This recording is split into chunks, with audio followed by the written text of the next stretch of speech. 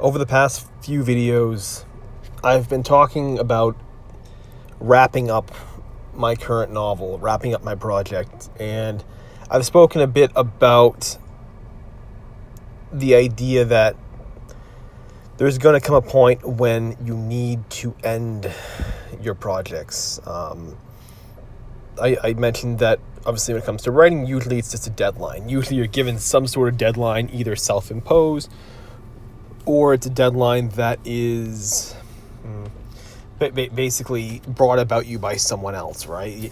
So someone, publisher, an agent, they put down a deadline, you have to hit it. That's the demarcation line. That is when your project ends.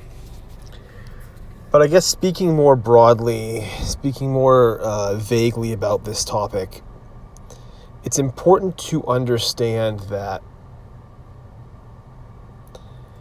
all projects, not just with the writing basic, but all projects have a shelf life. There's a time that comes when you need to wrap it up, and clinging endlessly to a project that is no longer viable is not an intelligent solution.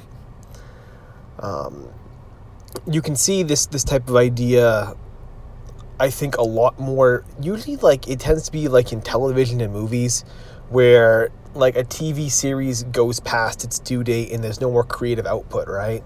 You'll see this with Family Guy, for example. A new season just began for that, and it's been it's been 20 years, 21 years basically that they've been doing this, and it's run its course, right? The content's not fresh. They're not breaking really any new ground. They're just doing the same old shtick they've been doing forever, and it's tiring. And it's hard for you to imagine basically people that create that show are still getting that same kind of joy out of what they're doing. But again, the money's there, and there seems to be at least a core audience that likes to get a couple of chuckles out of it each week, and so it continues. You see, so there are projects where you've kind of gotten the best out of it, and I think after you've gotten the best out of a project, you need to move on. There are more important areas that you can explore. There are things you can do with that time that you can push the envelope a little bit more in a different area rather than sticking with it.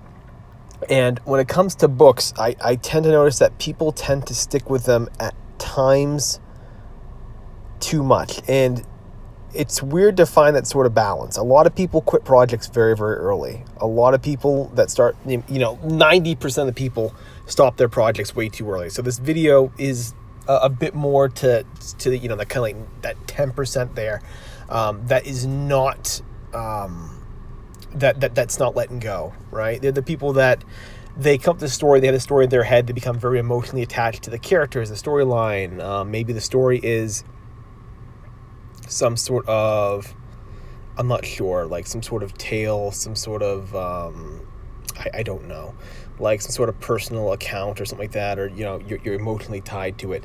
That tends to be very, very common in this process. That tends to happen a whole lot. That tends to happen where people tend to just have this sort of attachment. Well, that's basically it, right? You become attached, you do this, you do that, and you don't want the project go, right? You're not making any more progress. Story's not getting, not really being any better. You should be querying it. You should be, trunking. You should be doing something else with it. It needs to, but you need to stop working on it. This is that point where you have to kind of recognize how much you're getting out of it, right? How much are you getting out of this scenario? And so if you find that you're not getting anything out of it, stop the project, stop what you're doing. Instead, move on to something else. It's not worth clinging to projects that don't exist anymore, that you can't really polish anymore, that you can't push any further. There's no point in clinging to these needless sort of things like that. All right? Again, this is very emotionally tied in. The people that tend to cling to things tend to be very, very emotional. But that's often how it works. All right. And give yourself time after your project's over. Once you're done with the project, give yourself the time afterwards to think about the next one you want to work on. Too often what happens is when you finally overcome the emotional barrier that that says, tells you to keep working on something, you'll jump to the next one right away because you want to stay busy. You want to keep going. You want to keep grinding. This can't be a thing that you grind at. This cannot be a certain thing that you push at or whatever. It doesn't work that way. All right. You have to figure out what the next project's going to be, because if it's something that's shallow, something that's done very, very easy, it's like a rebound relationship in many ways. Something that's done very, very easy, it's not going to work that way. It's not going to work out because you're jumping in without sort of putting the thought into it. You're not going to have the energy for several years of work ahead of you on this next project if it is something that's shallow, that's something that does not speak to some true aspect of yourself. All right. Hope that makes sense. I hope that this tends to resonate, hopefully, with you. For the few people that maybe are stuck on a project, maybe someone that's been working too long at one, maybe someone's trying to figure out, should I go further? Should I stop? Whatever. I hope this resonates with you. But all right, I'll be back tomorrow, though. Yeah. Today, as far as an update on the writing goes, today was a good day. Got about another 30 pages edited this morning. And I'll probably have most of this draft basically edited. At least this draft will be done probably by the middle of the month. So after that, we'll come up with an idea. We'll come up with a game plan for this final sort of sprint here. And then, yeah, we'll go from there.